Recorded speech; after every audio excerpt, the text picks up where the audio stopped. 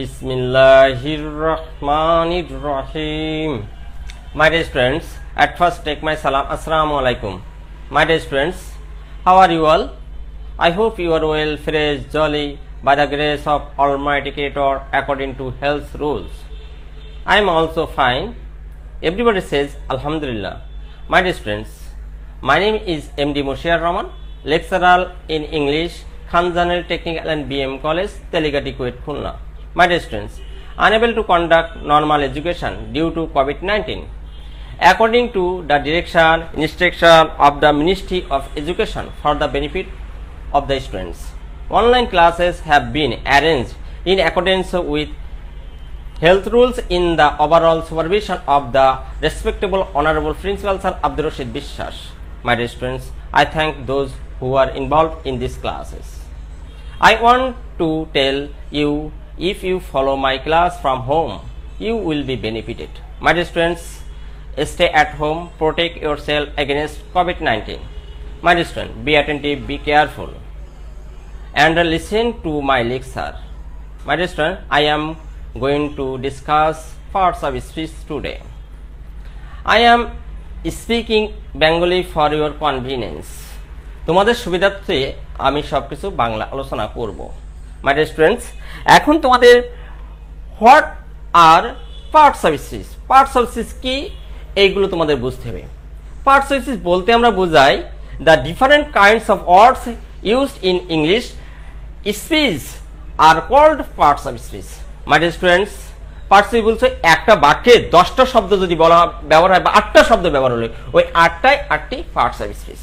আমি এগুলো বিস্তারিত বোঝা দেওয়ার জন্য চেষ্টা করব। যাও পার্টস অফ স্পিচ কয় প্রকার এটা আমার জানতে classification of parts of speech. My dear students, তোমরা বলো তো how many types of parts of speech and what are they? Parts of speech কত প্রকার, হোয়াট আর দে সেগুলো কি কি তোমরা বলো, বলতে পারো? তোমরা কি বলতে পারো? না, পার্টস অফ স্পিচ 8 প্রকার। Noun, pronoun, adjective, verb, adverb, preposition, conjunction, interjection. আমি এই পার্টস অফ স্পিচ একটু ছন্দের মধ্য দিয়ে তোমাদের বোঝানোর জন্য চেষ্টা করব। ছন্দ হইতে দুই চোখে যা পড়ে তাই নাউন, বাড়বে হলো হাঁটাচলা। দুই চোখ দিয়ে যা দেখা যাবে সবই কি বলো মাই ডিয়ার স্টুডেন্টস? চোখ দিয়ে মার্কারকেই দেখা যায় তার নাউন, মার্কার দেখা যায়, হোয়াইট বোর্ড দেখা যায়, ম্যান দেখা যায়, যা দেখা যায় তাই নাউন। নাউনের সংজ্ঞা ডিফিনিশন হলো a noun is a word that denotes the name of person, place, things or ideas. একটা মানে সবকিছু কোনো ব্যক্তি, বস্তু, কোনো স্থান, কোনো জায়গার নামই নাউন। যেমন ঢাকা, খুলনা, যেমন রহিম, করিম, যদু, মধু এসবে নাউন। তাহলে আমরা জানলাম দুই নাউনে যা পড়ে তাই নাউন, কোনো বস্তু স্থানের নামে নাউন। দুই চোখ দিয়ে যা পড়ে তাই নাউন। ভার্বে হলো হাঁটাচলা। ভার্বে হাঁটাচলা বলতে আমরা কি বুঝাই দেখি মাই ডিয়ার স্টুডেন্টস? ভার্বে হাঁটাচলা বলতে আমরা কাজ করা বুঝাই। কাজ করা বুঝাই যেমন রান, পড়ি, খায়, রান্না করা, যে যাবতীয় কাজ সবই ভার্ব। ভার্বে যেমন a verb is a word that expresses action, যেন কাজ এক্সপ্রেস করা হয়, এটা হলো ভার্ব। তাহলে ভার্ব বুঝতে পারছো, ভার্বে হলো হাঁটাচলা। প্রোনাউনে বদলি খাটা। প্রোনাউনে বদলি খাটা বলতে আমরা কি বুঝাই? বদলি খাটা বলতে আমরা এটা বুঝাই মশিয়ার। মশিয়ারের পরিবর্তে আমাদের ব্যবহার হয় হি। যেমন আমাদের যেমন ফাতেমা, ফাতেমার পরিবর্তে তোমাদের ব্যবহার হয় সি। আরেকটা জিনিস যেমন ম্যাঙ্গো, ম্যাঙ্গোর পরিবর্তে ব্যবহার হয় ইট। মাই ডিয়ার স্টুডেন্ট, তোমরা বুঝতে পারছো বদলি খাটা। নাউনের পরিবর্তে যেটা ব্যবহার হয় সেটা হলো pronoun. A word use instead of a noun is a called a pronoun. তাহলে প্রোনাউন তোমরা মাই ডিয়ার স্টুডেন্ট বুঝতে পারছো, বদলি খাটা হয়ে গেল। যেমন আমি বিস্তারিত পরবর্তীতে আরো আলোচনা করবো, এর ভাষা ভাবে তোমাদের আলোচনা করছি। তাহলে দুই নাউনে যা পড়ে তাই নাউন, ভার্ব হলো হাঁটাচলা, প্রোনাউনে বদলি খাটা, অ্যাডভার্বের রকম সকম। অ্যাডভার্বের রকম সকম যেমন ডিপ মানে গভীর, ডিপলি মানে গভীর ভাবে। এলওয়াই দিলে অ্যাডভার্ব হয়। যেমন ডিপ মানে কি মাই ডিয়ার স্টুডেন্ট? ডিপ মানে গভীর, ডিপলি মানে গভীর ভাবে। ইকুয়াল মানে সমান, ইকুয়ালি মানে কি সমান ভাবে। এলওয়াই দিলে আমাদের ভাবে অর্থ প্রকাশে মাই ডিয়ার স্টুডেন্ট বোঝার জন্য চেষ্টা করবে। ভাবে এলওয়াই থাকলে নিঃসন্দেহে তোমরা ভাবে যোগ করবে। মাই ডিয়ার বুঝতে পারছো? যেমন আমরা রেগুলার মানে নিয়মিত, রেগুলারলি মানে নিয়মিত ভাবে। আমরা যা এলওয়াই দিবে, বিউটিফুল মানে সুন্দর, বিউটিফুলি মানে সুন্দর ভাবে। অ্যাডভার্বের রকম সকম। আমরা অ্যাডভার্ব বুঝতে পারছি। অ্যাডভার্ব ডিসক্রাইব করে একটা ভার, an adjective or an adverb. অ্যাডভার্বকে কোয়ালিফাই মানে বিউটিফুল সুন্দর, ভেরি বিউটিফুল, একে অ্যাডভার্ব বলে। এবং আবার এমন ভাবে প্রকাশ করা হয় the adverb tells us how open, how, where or when এগুলো প্রকাশ করার জন্য আমাদের অ্যাডভার্ব ব্যবহার করে। মাই ডিয়ার স্টুডেন্ট, অ্যাডভার্বও বুঝতে পারছো। তাহলে আমরা কি জানলাম? দুই চোখে যা পড়ে থাকি, নাউন, ভার্বে হলো হাঁটা চলা, প্রোনাউনে বদলি কাটা, অ্যাডভার্ব এখন অ্যাডজেক্টিভের দোষ গুণ। দোষ গুণ বলতে আমরা বোঝাই যেটা দোষ গুণ, নাউন প্রোনাউনের দোষ গুণ বোঝায়। And adjective is a word that qualifies a noun or a pronoun. Noun প্রোনাউনকে কোয়ালিফাই করে, সেটা অ্যাডভার্ব মানে কি অ্যাডজেক্টিভ। অ্যাডজেক্টিভের দোষ গুণকে বোঝায় অ্যাডজেক্টিভ। মাই ডিয়ার স্টুডেন্ট, তোমরা বুঝতে পারছো মনে হয়? তোমরা কি বুঝতে পারছো? তাহলে অ্যাডজেক্টিভে কি হবে? দোষ গুণ, সংখ্যা, পরিমাণ, অবস্থা এইসব বোঝালে সেটা অ্যাডজেক্টিভ। মাই ডিয়ার স্টুডেন্টস, আর অ্যাডজেক্টিভে দোষ গুণ সম্পর্কে প্রিপজিশন। সম্পর্কে প্রিপজিশন কেমন বলতে আমরা বুঝাই। আজকে একটু please be attentive, be careful my dear student. আর আমি যা বলিতাম বি মানে look the white board, look at the white board, white বুকের দিকে তোমরা তাকাও। দেখো আমি যে তোমাদের যে কথাটা তোমাদের বোঝাতে চাইলাম, দি লেগস অফ দা টেবিল। এই যে টেবিলের কথা বল, অফ একটা কি প্রিপজিশন, সম্পর্ক। টেবিল এবং লেগের মধ্যে সম্পর্ক সৃষ্টি করে, এটা একটা প্রিপজিশন। বুঝতে পারছো? সম্পর্কে প্রিপজিশন, যোগ বিয়োগ, কনজাংশন, সুখ দুঃখে ইন্টারজেকশন। আমরা যে বুঝলাম অফ এটা কি, বুঝতে পারছি? অফ এটা প্রিপজিশন, দুটোর মধ্যে সম্পর্ক সৃষ্টি করা। প্রিপজিশন বলা, a preposition is a word which is placed before a noun or a pronoun to show it relation to others words in the sentence. Sentence অন্যান্য ওয়ার্ডের সাথে, সেন্টেন্সের অন্যান্য ওয়ার্ডের সাথে সম্পর্ক সৃষ্টি করে দিলে তা নাউন প্রোনাউন আগে বসে সম্পর্ক সৃষ্টি করে, এটা হলো প্রিপজিশন। তাহলে প্রিপজিশন আমরা বুঝতে পারছি। The government of Bangladesh. এই বাংলাদেশ যেহেতু এই কথা অফ একটা কি, সরি এই অফ একটা কি প্রিপজিশন। দুটো জিনিস সরকার এবং বাংলাদেশের মধ্যে সম্পর্ক সৃষ্টি করে, এটা একটা কি প্রিপজিশন। মানে স্টুডেন্ট, এই সম্পর্কে কি বলো? প্রিপজিশন। আর ষষ্ঠী বিভক্তি হলে তোমরা জেনে থাকবে, ষষ্ঠী বিভক্তি হলে কি বসে? অফ বসে। ষষ্ঠী বিভক্তি হলে কি আসে? র এর হলে অফ বসবে। সপ্তমী বিভক্তি হলে ইন, দ্বারা দিয়া করতে বলে উইথ বসে। এই জিনিসটা তোমরা বুঝে নিবে। ইন্টারজেকশন বলতে আমরা কি বোঝাই? দেখো, হুররা, কি মজা, আমরা খেলা জিতে, ফাই, এই শব্দগুলো যদি ব্যবহার হয় তাহলে সেটা ইন্টারজেকশন। মানে স্টুডেন্ট, যেমন হুররা, এই হুররা শব্দটা আর বিশ্বাবোধক চিহ্ন থাকবে, বা ফাই, এই শব্দগুলো যদি থাকে তাহলে সেটা কি হবে? ইন্টারজেকশন। মাই ডিয়ার, তোমরা মনে হয় বুঝতে পেরেছো, পার্টস হয়েছে সবকটা। আমি সবকটি তোমরা বুঝতে পারছো। দুই চোখে যা পড়ে তাই, নাউন, ভার্বে হলো হাঁটা চলা, প্রোনাউনে বদলি কাটা, অ্যাডভার্বে এরকম সেরকম, অ্যাডজেক্টিভে দোষ গুণ, সম্পর্কে প্রিপজিশন, যোগ বিয়োগ, কনজাংশন, সুখ দুঃখে ইন্টারজেকশন। মাই ডিয়ার, তোমরা বুঝতে পারছো।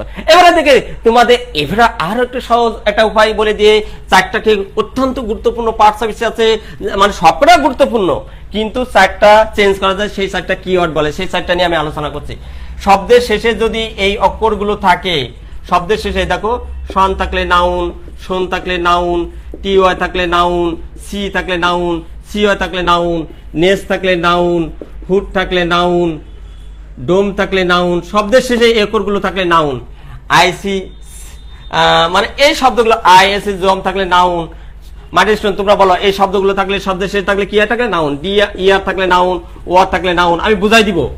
এবং অ্যাডজেক্টিভ হয় কি কি থাকলে দেখি মাই ডিয়ার স্টুডেন্টস, মনোযোগী হও এবং মানে হোয়াইট বোর্ডের দিকে তাকাও। Look at the white board, white বোর্ডের দৃষ্টিপাত করো, তাহলে তোমরা আরো বুঝতে পারবে।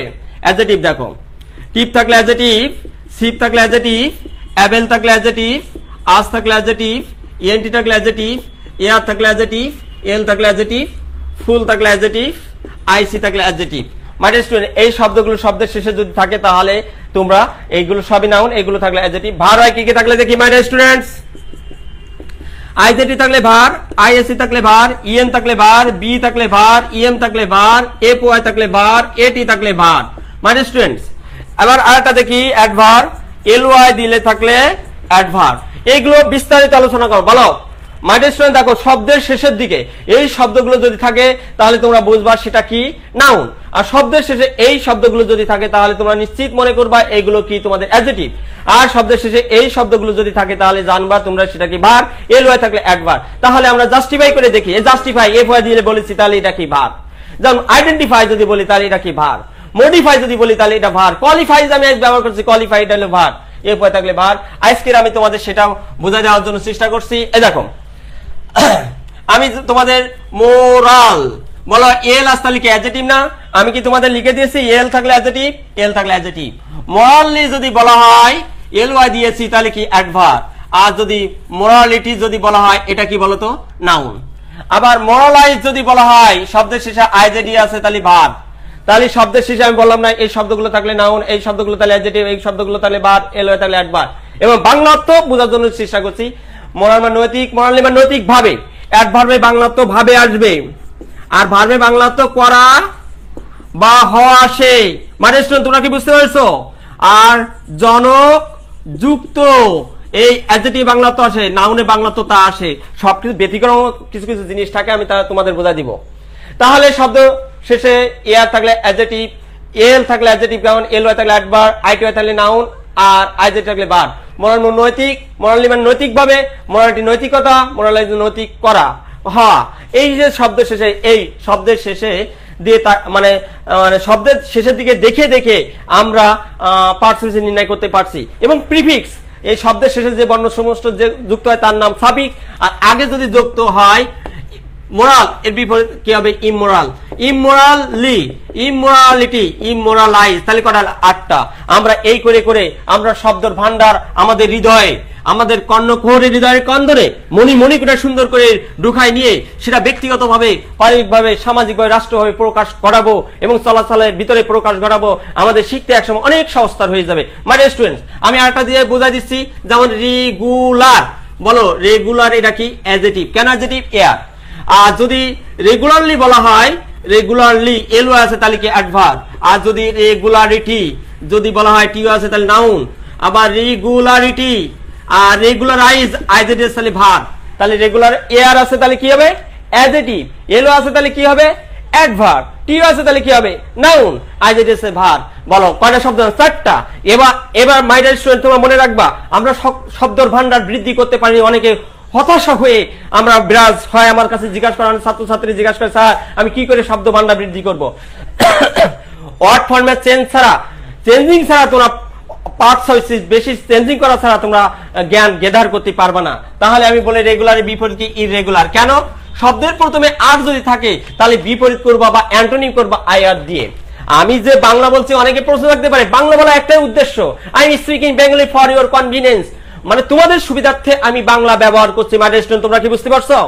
কারণ রেগুলারের বিপরীত ইররেগুলার, রেগুলারলি বিপরীত ইররেগুলারলি, সবই অনিয়মিত, অনিয়মিতভাবে, অনিয়মানুবর্তিতা, অনিয়মিত হওয়া। তাই একটা শব্দ থেকে কয়টা শব্দ না 4টা, এইভাবে আরেকটা শব্দ থেকে 8টা, এইভাবে যদি শব্দ 8টা 4টা 9টা 40টি 20টা এইভাবে শব্দ যদি ভান্ডার আমরা বৃদ্ধি করতে পারি, একসময় মানে আমাদের শব্দ গেদার হয়ে যাবে। অনেক অনেক শব্দ তোমাদের পড়তে তখন মজা লাগবে।